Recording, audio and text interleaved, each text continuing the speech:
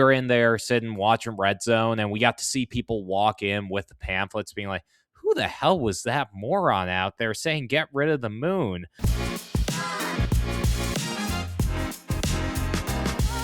Hello, hello, hello. My name is Armin. Welcome to the Credible Commish, a series celebrating the backbone of fantasy sports, the commissioners who run their leagues the right way. And today, we've got a special guest. He's one of those commissioners. His name is Addy. He's the founder of League Champ and also Two Guys in One Pod. Addy, what's going on, man? Hey, how you doing, man? I mean, I'm thrilled to be here. Love what you guys are doing at FanCred, and been a commissioner pretty much my whole time in fantasy football. It is pretty much the most thankless job out there, but it keeps you coming back. Like I'm excited to hear some of the stories from other commissions. I gave you a little primer before this. I'm a commish of a couple of unconventional fantasy leagues, so we're gonna get into it. This is gonna be a fun show.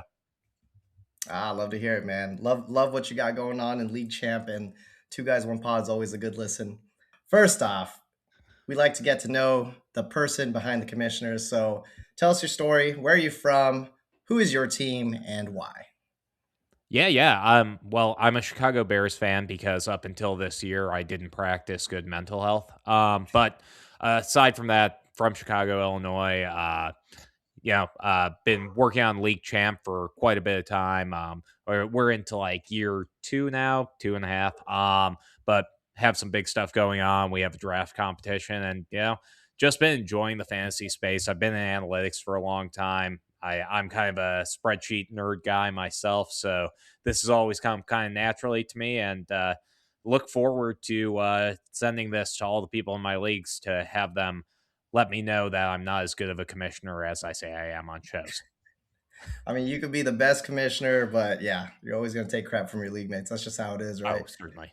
I get a lot of not my commissioner chants in my league chats, but to each their own.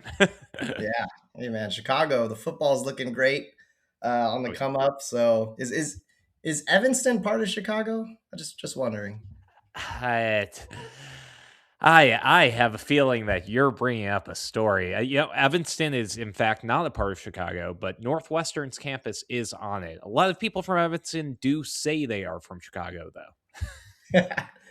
Good times. What is your earliest football memory?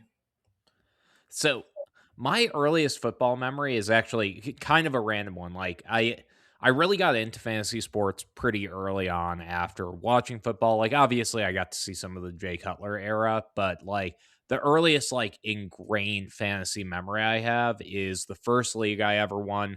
I made a trade. It was the Josh Gordon year, the one where Oh, he wow. absolutely blew up at the end. I traded Jamaal Charles for him straight up, which in 99% of cases would have been a very bad deal for me, but worked out. Got to see that big 200-yard game from him in, I think, week 17 in Oh, that garbage time play where he just got left wide open on a fly route on the left side of the field. I think Brandon Whedon was throwing him the ball, or oh maybe wow. Hoyer. I Damn. know it's a deep pull, but yeah, Josh Gordon was really fun back in the day.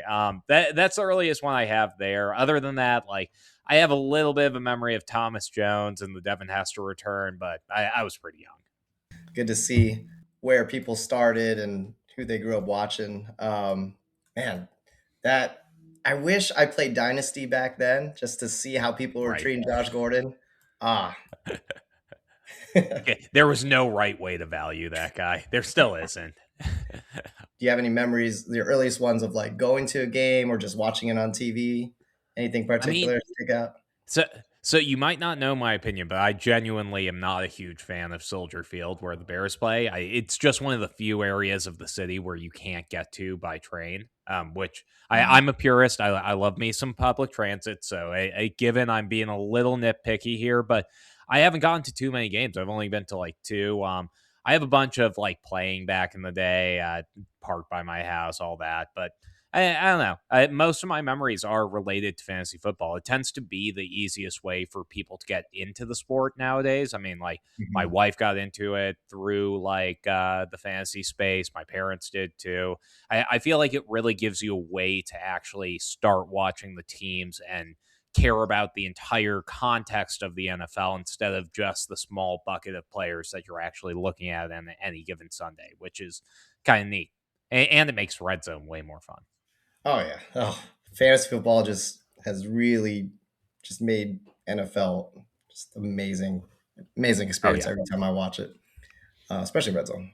How did you first become a commissioner?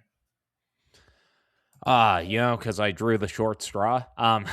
Nah, I've been into fantasy football pretty often. Like I was always the one who was more into the game because I tended to like statistics as well. So I was always the one trying to push for a league, which when you're the person that's spearheading a league, you tend to end up as the commissioner. And then throughout college, like two of my longest running leagues are my Chicago one and my college one. And both of those, I ended up as the commissioner because I was largely the person pushing to get one on people's dockets. So I, Wow. it's kind of a thankless job, and you end up doing it because you want to put in the work in the first place. Right. Wow. A lot of people tend to, join a league and then eventually commission one of their own. You kind of just started right off the bat. It's like I want to start Oh, something up. really? And Did other people start differently? Damn. I think I it's missed out. I think it's that's what we're here to learn, right? A lot of commissioners have different stories, so um, this is a Did this is a did some people want to be a commissioner? Oh, no. hey man, you did a great thing, and I'm sure that your league mates really just appreciate what you started. So Oh, not even a little. They haven't appreciated a single thing I've done and the they'll never entire tell time. you. They'll never tell you, but I'm sure that You sure know what they appreciate? Me not changing the rules mid-season. As a commissioner, as long as you don't do that, you aren't the worst of the worst. So, despite never getting the proper thank yous, as we've been talking about, you know, what keeps you coming back every year?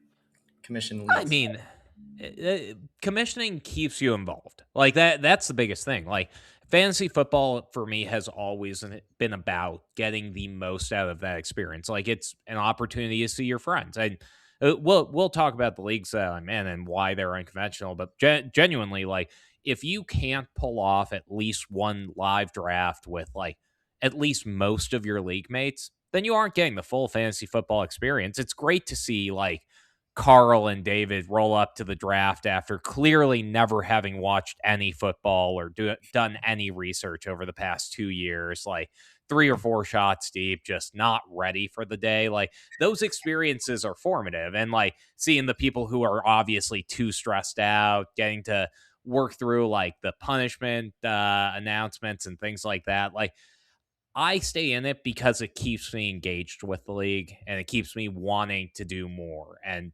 trying to make them more fun. Like I don't know. I feel like if you are commissioning, you have the opportunity to turn it into a very fun experience, or you can do the bare minimum.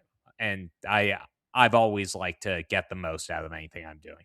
How many leagues are you commissioning right now? That's a good question. I believe I'm only commissioning maybe 3 or 4. Three or four? I Yeah, I think I'm only 3 or 4, but I have two that have been long standing. I believe I have one I've been commissioning for about 2 or 3 years, and I forget. I have a feeling I'm commissioning one more, but I'm sure I'm not doing as good of a job in that one. I mean, once you start getting up in past two, I think it's a tough job. Let's go ahead and get into the unconventional one that you mentioning. How's that one? I mean, well, I have two unconventional ones. So my two long-standing leagues, I actually commission a punishment-friendly league. So one of them's a little bit higher money. It's like $100. It's not that bad. But the other one's low money but high punishment value. So I the hard thing about commissioning leagues like that is you have a lot of turnover because you you hit a last place punishment a couple times in a row, you don't stay in that league a lot of the time. Like, Man. sometimes it's a little sharp for you. I mean, like, it was nice and validating, like, building out league champ and seeing some of the people from my league do well at ranking to be like, oh, cool. At least I haven't been losing to scrubs. But like, we've been doing a last place punishment for about the past 10 years, and they've ranged anywhere from going out on a date with a blow up doll, a fat head of the winner in your room looking over your bed for a calendar year. Oh That one wow. actually got extended to 2 years. We caught him with it in a box for a bit, so had to Oh get him a my. second one there. But Wow. this past year was actually my favorite punishment I've seen. We had and this was for my Chicago league. Shout out to Noah. He did a great job. Very good sport on this punishment. Um, we had it as you have to get 25 signatures to a petition of the winner's choosing. And we went with the get rid of the moon. So just getting rid of it altogether. And this is where you have the opportunity as a commissioner to make things more fun. Like, I went ahead and got us a shirt with a moon on it with a big X through the middle. Should have worn that to this one. I have that upstairs. But he had a booth outside of the sports bar over under down in one of the most populated areas of Chicago, and was handing out pamphlets. It was really great because we did it on opening week. So we were in there sitting watching Red Zone, and we got to see people walk in with the pamphlets being like, who the hell was that moron out there saying get rid of the moon? You know, it was great. He was a really good sport about it. And I went out there a couple times to see how it was going. I gotta say, it, if you are trying to get a petition signed, especially if it's a ridiculous petition, it's difficult. People do not want to talk to you very much. So he Did he really get the struggled with 25? that. He got 24 in 3.5 hours, and I Oh just went wow. out there and gave him 25 because he was a Lions fan and they were about to play, and I was like, yeah, it's great. You made it. You're good. There you go. That's a good commissioner stepping in and Right? knowing Yeah. when to pull little strings. Oh man, I that would the make me rest of the league was for getting a sure. little tipsy, and they weren't too sure on that one. They were like, "No, let's keep him out there." Oh man, who needs the moon anyway, right? Like shoot. Hey, I mean, we said that we could accommodate that for a low 25% tax increase on all Americans. So definitely would have been worth it. And then, it would have been less bright at night. Yeah, That was the main benefit. And yeah. tides, who needs them? I know, right? There, wow. Let me sign. I'm I'll selling get you on this, 26. right? That is awesome. What a story there. I think, yeah, stories like that make leagues great. Now, switching gears, maybe something a little less great.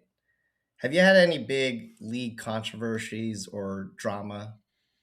Oh, of course. I mean, not a ton in the leagues I've commissioned. I had one really early on. So, like, Sleeper is a pretty configurable platform. Like, Blue Chip's been doing a good job. Like, even ESPN and Yahoo are slowly starting to get on the bandwagon. But I mean, you've been playing fantasy for a while. You know how rough some of those early platforms were, like Yahoo and ESPN. Like, Yeah. you didn't get custom configurations. Like, you didn't have an easy way to accommodate different scoring, different formats for your brackets. We had one of those early on in my league where the last place matchup. So we do a Sacco Bowl because we do a last place punishment and had been forever. I think this was year two of it.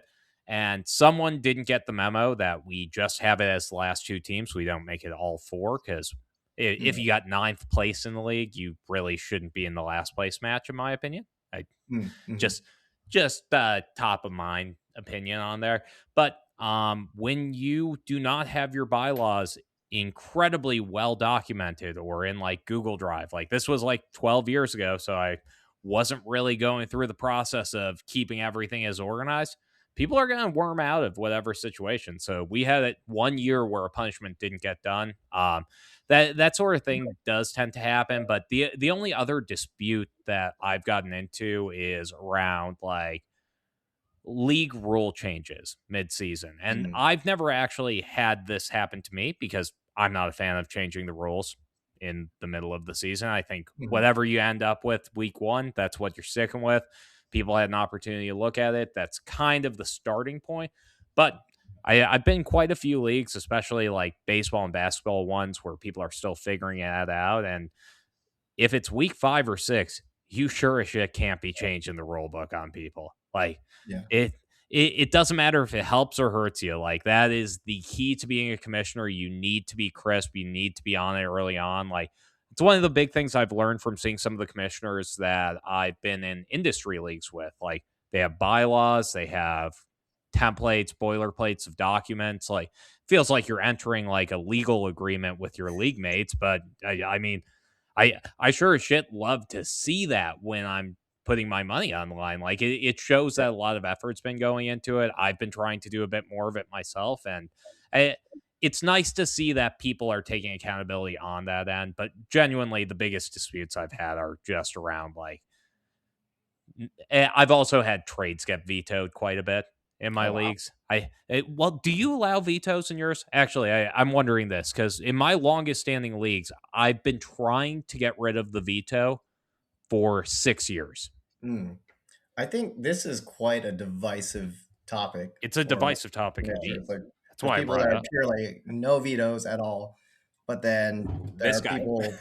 Yeah, I, I I see the need for it in a league that may have just gotten together, and you Sure. quite maybe you don't know the people and trade values that well, or there needs to be some protection in some places, but eventually the training wheels come off is how I look at it. Like, oh yeah, once people are comfortable with each other and won't, bitch about any sort of trade, take the veto off.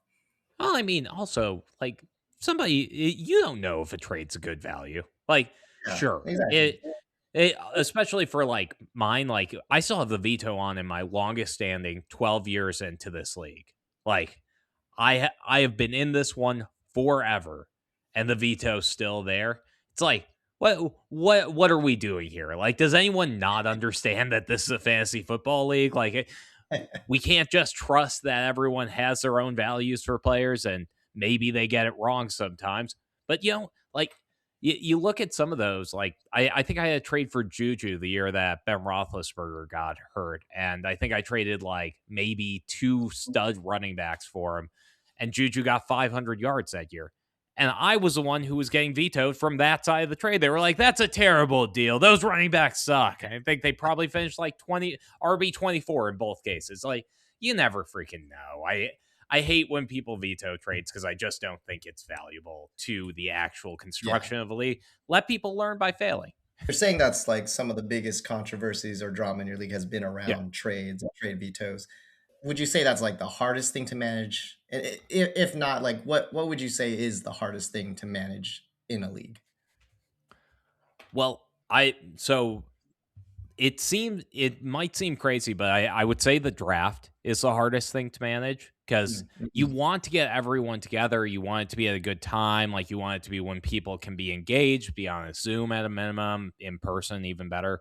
Like I think that tends to be the hardest one because getting 12 people to agree on a schedule as an adult, like, oh hey, yeah, I know you look young, like you have good skincare, Armin, but like you got some grays there. Like oh yeah. your friends are old. They got schedules. They got calendars. Like, there's a reason it's hard to find a meeting time that 10 people can work on.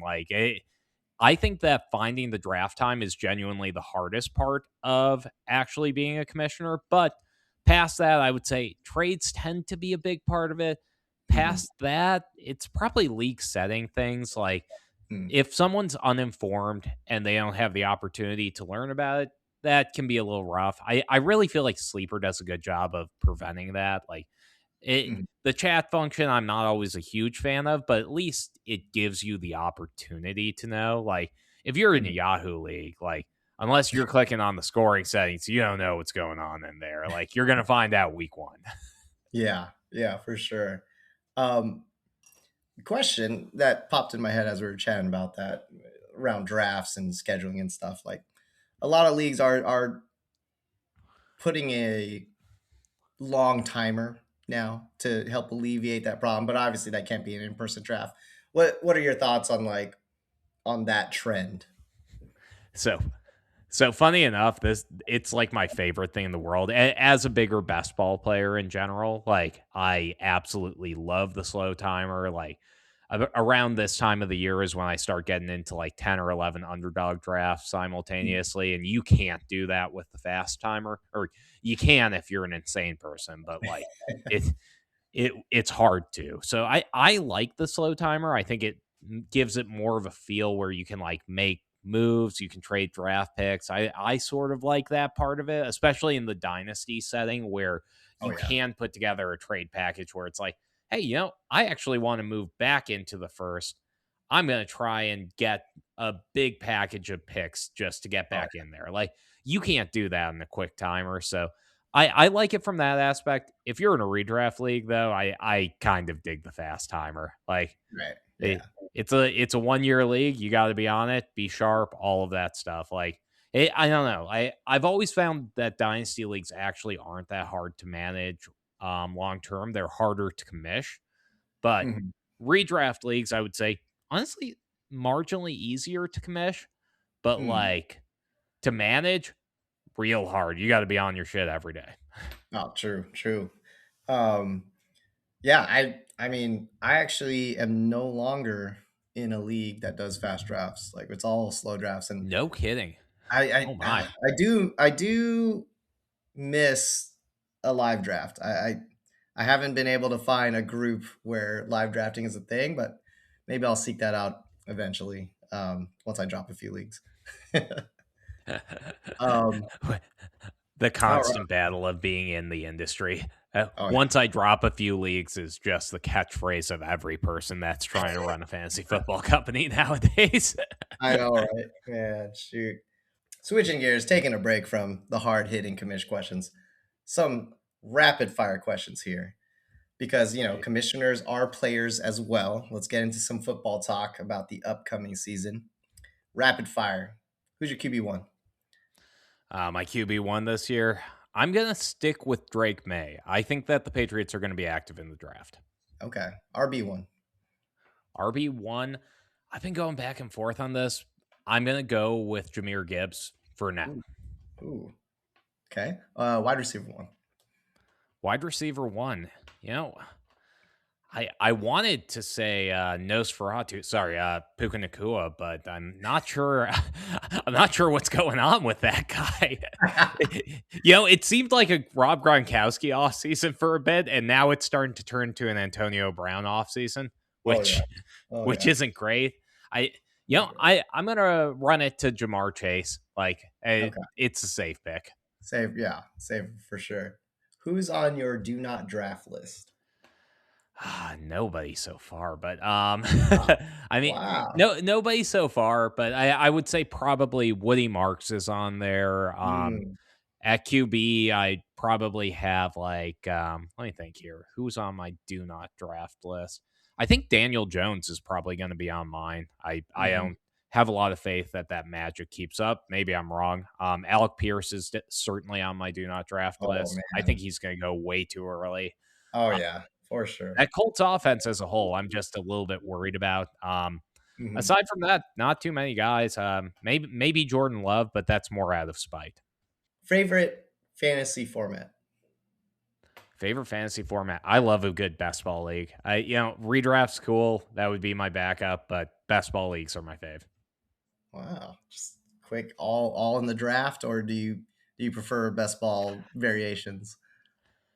See, I do like the all in the draft. I like the variations too. Like a dynasty best ball league's always a little fun. But I mean, the big thing that I like about a best ball league is you get to try out those strategies that you don't really get to try in redraft. Like I Mm, don't know. Like I true. I get a little gun shy when I'm in a redraft league, and I'm like, oh damn, man, I took receiver at my first six picks. Like how Oh is this going to work out? Like, yeah. this might not be a good team, but like those are the teams that win people big money in best ball leagues. Like they tend to be some of the most unique builds that move forward. So I like it from the aspect of statistical anomaly is inherently interesting.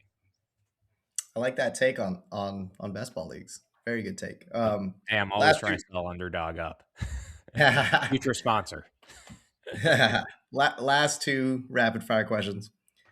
Predict your team's record this year. Oh, easy. 14-3. 14-3. It's pretty good. I think that's within reason. And your It's Super possible. Bowl I can hope. Super Bowl pick from both sides. Ah, man, I would go the Seattle Seahawks, but you guys are running out of players, right? You, We don't need them.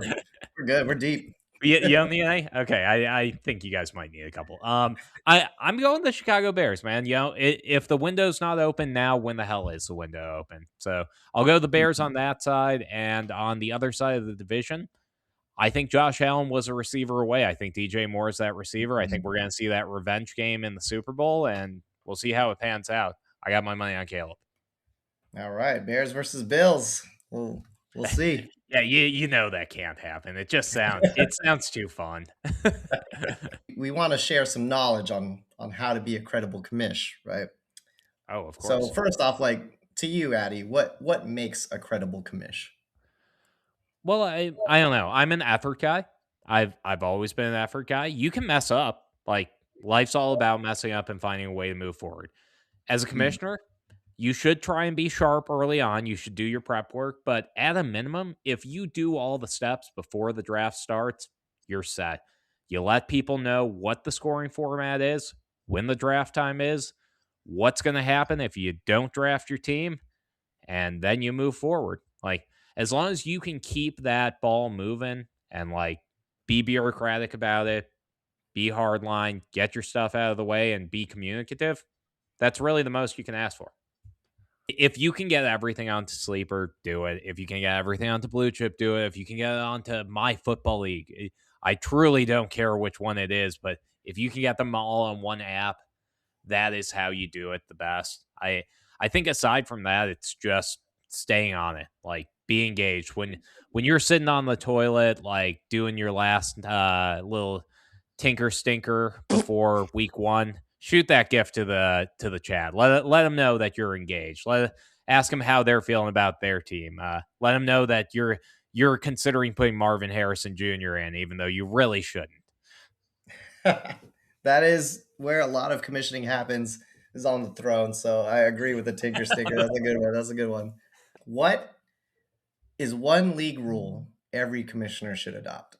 Obviously, we talked about vetoes already. I think that there shouldn't be a veto in the league. That's part of my league rules. But the other league rule that I think every league should adopt, and I'm not firm on this because I know that some people are going to disagree. This is kind of a controversial topic, but I think that there should be ramifications for auto picks. I think that you should Ooh. lose some ability on your team. Like in one of my leagues, we have your lineup be set by a different or by the person you're playing week one if you auto draft your team. Oh, Punishment fits the crime. Hey, to be oh. honest, that still led to people winning sometimes, which is just the most disheartening thing in the world. When Oh you put man. in all their backups, and it's like, this was the week that Romeo Dobbs is putting up 30 and Luke Musgrave's coming up with a big touchdown. But Oh I man. like that sort of thing. I like punitive measures to keep the league in track and like to keep people coming back and being like, okay, I need to be engaged with this. Like we're all adults. Like there aren't actually consequences to bailing on a lot of things. Like keep your fantasy football league as one of the things where there is one. We're getting to the end of the episode. Addy, thanks for coming on. What are you most looking forward to next season? You know, I think what I'm looking forward to the most next season is seeing how additional research impacts my play. Like every year I've been trying to take more from the game from the people around me. Like I've seen some of the stuff you're doing with FanCred from like the actual league accountability and the infrastructure behind payments. Like I've seen Chev doing some of the work in terms of like film watching. I've seen some of the Devi Jojo guys doing some of that like in-depth analysis. I'm trying to like mesh that all together and to get something out of it. Like I didn't really do rookie profiles before this year. I was really Mm. interested in the combine. Definitely was an underpants Olympics fan and tried to use that to inform my takes. But like with the extra context of knowing how players look throughout the game and like trying to use some of that film analysis, I want to see how it really lines up to real life and try and find Mm. heuristics that I can actually learn from it. Like when I think about leagues, like the thing that I'm always most excited about is it's kind of like waiting for the season premiere of your favorite show coming out. And speaking of which, The Boys is coming out April 8th. Oh yeah, But yeah, yeah. yeah, love that show. But like you don't know what's going to happen until it happens. So the thing that I'm excited for is just to see it play out, like to see if those narratives that I thought were happening in my head were real or if there are additional things to learn because it's an unsolved equation. And that's what makes fantasy football so great. Appreciate you coming on here, sharing your story, getting your insight into what makes a credible commissioner. Every great league has a credible commissioner behind it, and you're clearly one of them. Thank you, Addy. Tell him what you got going on with League Champ and Two Guys Yeah. One Pod. Yeah, I gotta give you credit, man. Credit to a credible commissioner is a bit of an 11 benevolent elephants, like linguistic trick to do at the end of the episode. I have a couple of those that I hit before my show. I used to always get tripped up on them. Sally sells seashells by the seashore and all that.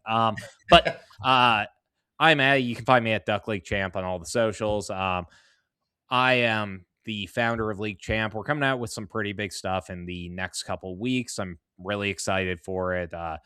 Everyone's going to get to see it soon, so I'm going to keep people in suspense. But we've been doing some pretty neat stuff with like formational and coaching data and all of that rankings data that the community really helped us put together over the past year. So it's going to be neat. I have some really high hopes for it. And to go along with that, Chev and I are going to keep cranking out prospect videos on Two Guys, One Pod and also have some fun little prospect rankings debates and conversations we're going to be getting into in the near future. So, all sorts of good stuff. And we're going to be doing it all with the secure payments of FanCred. Awesome, awesome. Yeah, I honestly most of my dynasty rookie research comes from Two Guys One Pod, especially the shorts. Oh, I'm so Great sorry. stuff. Go check it out. All right, All right. peace. Peace out. Appreciate it.